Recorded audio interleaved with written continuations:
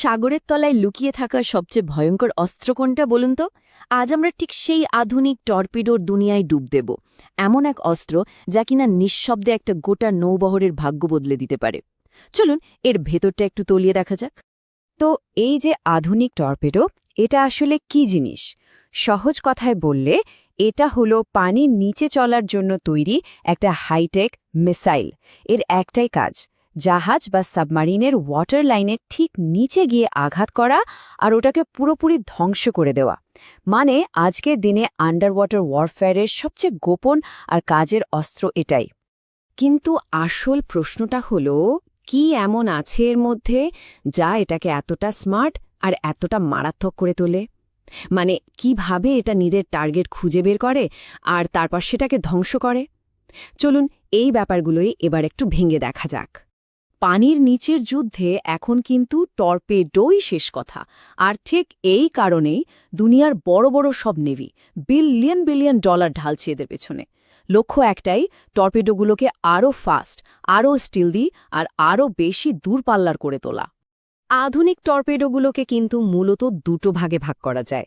একটা হলো heavy weight আর একটা লাইট ওয়েট। চলুন তো দেখি এই দুটোর মধ্যে আসল তফাৎটা কোথায়। এইখানে ব্যাপারটা খুব পরিষ্কার করে দেয়া আছে। দেখুন, একদিকে আছে হেভি ওয়েট টর্পিডো বা এইচডব্লিউটি। এগুলো ছাড়া হয় সাবমারিন বা বড় জাহাজ থেকে। এদের মূল টার্গেট হলো অন্য জাহাজকে ডুবিয়ে দেওয়া। আর এদের রেঞ্জও কিন্তু মারাত্মক, 50 কিলোমিটারেরও বেশি। আর অন্যদিকে লাইট ওয়েট টর্পিডো বা এলডব্লিউটি, এগুলো সাধারণত হেলিকপ্টার বা প্লেন থেকে ফেলা হয়। এদের কাজ হলো শত্রুপক্ষের সাবমেরিন খুঁজে বের করে খতম করা, আর খুব তাড়াতাড়ি এদেরকে অ্যাকশনে নামানো যায়। আচ্ছা, এবার আসা যাক সবচেয়ে ইন্টারেস্টিং পার্টে। একটা টর্পেডো তার শিকারকে মানে টার্গেটকে খুঁজে বের করে কিভাবে? এর পেছনে আছে এর ব্রেন, মানে এর অ্যাডভান্স গাইডেন্স টেকনোলজি।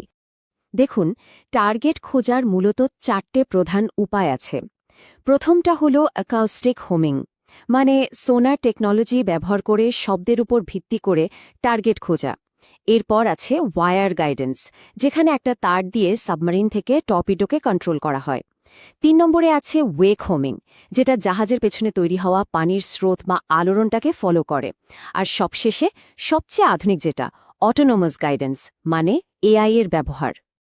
এই ওয়েক হোমিং সিস্টেমটা কিন্তু অসাধারণ একটা জিনিস। এটাকে জ্যাম করা প্রায় অসম্ভব। কেন? কারণ এটা তো কোনো সিগন্যাল ফলো করছে না। এটা ফলো করছে জাহাজের পেছনে তৈরি হওয়া বিশাল পানির আলোড়ন, যেটাকে ওয়েক বলে। এখন কোনো নকল টার্গেট বা ডিকয় তো আর এত বড় একটা ওয়েক তৈরি করতে পারবে না, তাই না? আর প্রযুক্তির লেটেস্ট সংযোজন হল এই অটোনমাস গাইডেন্স। এখানে সরাসরি আর্টিফিশিয়াল ইন্টেলিজেন্স বা এআই ব্যবহার করা হয়। এর ফলে কি হয়? টর্পিডোটা অ্যাটাকের একদম ফাইনাল স্টেজে গিয়ে নিজেই ট্যাকটিক্যাল ডিসিশন নিতে পারে। মানে সোজা কথায় ওটা নিজেই তখন ভাবতে শুরু করে। তো ব্রেনের কথা তো হলো, এবার চলুন এর ইঞ্জিন নিয়ে কথা বলা যাক। মানে একটা টর্পিডো এত স্পিডে আর এত চুপিসারে পানির নিচে চলে কিভাবে? এর আসল রহস্যটা কিন্তু লুকিয়ে আছে এর প্রোপালশন সিস্টেমের ভেতর। এখানে দেখুন, দুটো মেন সিস্টেমের তুলনা করা আছে। একটা হলো ইলেকট্রিক প্রোপালশন, যেটা ব্যাটারিতে চলে। এটা সবচেয়ে বড় সুবিধা হলো এটা প্রায় শব্দহীন আর ওয়েকলেস, মানে এর পেছনে কোনো ঢেউ তৈরি হয় না, ফলে এটাকে ডিটেক্ট করা খুব কঠিন। অন্যদিকে আছে থার্মাল সিস্টেম। এটা বিশেষ এক ধরনের ফুয়েল ব্যবহার করে আর টর্পিডোকে দেয় অবিশ্বাস্য স্পিড, মানে ঘণ্টায় 60 নটেরও বেশি। তার মানে এখানে সবসময় একটা চয়েস থাকে, স্টিলথ নাকি স্পিড। টর্পেডোর রেঞ্জ নিয়ে যে একটা সীমাবদ্ধতা আছে, সেটা কাটানোর জন্য ভারত কিন্তু একটা দারুণ সমাধান বের করেছে। সেটার নাম হলো স্মার্ট সিস্টেম। বিশেষ করে ভারত মহাসাগরের মতো বিশাল এলাকায় নিজেদের প্রভাব ধরে রাখার জন্য এটা একটা গেম চেঞ্জার বলতেই হবে। সিস্টেমটা কাজ করে দারুণভাবে। ভাবুন একবার, প্রথমে একটা মিসাইল টর্পিডোটাকে নিয়ে লঞ্চ হয়। এরপর সেই মিসাইলটা সুপারসনিক স্পিডে উড়ে গিয়ে টার্গেটের কাছাকাছি পৌঁছায়। আর তারপর একটা প্যারাশুটের সাহায্যে টর্পিডোটাকে আস্তে করে পানিতে ড্রপ করে দেয়। এর ফলে কি হলো? টর্পিডোর রেঞ্জ এক ধাক্কায় বেড়ে কয়েকশো কিলোমিটার হয়ে গেল। এটা ভারতের জন্য একটা বিশাল স্ট্র্যাটেজিক অ্যাডভান্টেজ। ভারতের এই স্মার্ট সিস্টেমের মতো ইনোভেশনগুলোই কিন্তু বিশ্বজুড়ে একটা নতুন আন্ডার ওয়াটার আর্মস রেস বা অস্ত্রের দৌড় শুরু করে দিয়েছে। তো চলুন এবার একটু বড় ছবিটা দেখি। এই রেসে কারা এগিয়ে আছে আর এর বাজারটাই বা কত বড়? ভাবা যায় ২০২৬ সালের মধ্যে সারা বিশ্বে টর্পিডোর মার্কেট সাইজ গিয়ে দাঁড়াবে প্রায় $1.23 বিলিয়ন। আর এর পেছনে আসল কারণটা হলো ইন্ডো প্যাসিফিক আর নর্থ আটলান্টিকের মতো জায়গাগুলোতে বাড়তে থাকা টেনশন। এখানে প্রত্যেকটা দেশই চাইছে সমুদ্রে নিজেদের ক্ষমতা ধরে রাখতে।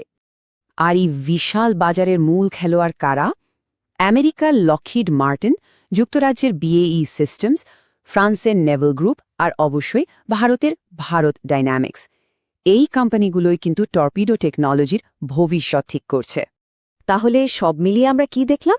আর্টিফিশিয়াল ইন্টেলিজেন্স বা AI চালিত গাইডেন্স সিস্টেমে কিন্তু এই টেকনোলজির ভবিষ্যৎ। এখন সবচেয়ে বড় প্রশ্নটা হলো, এই অটোনোমাস বা স্বয়ংক্রিয় টর্পিডোগুলোই কি তাহলে নৌযুদ্ধের ভবিষ্যৎটা ঠিক করে দেবে? উত্তরটা যাই হোক না কেন, একটা জিনিস পরিষ্কার, সাগরের গভীরে চলা এই নিঃশব্দ প্রতিযোগিতা কিন্তু আগামী দিনের যুদ্ধের কৌশলকে পুরোপুরি বদলে দিতে চলেছে।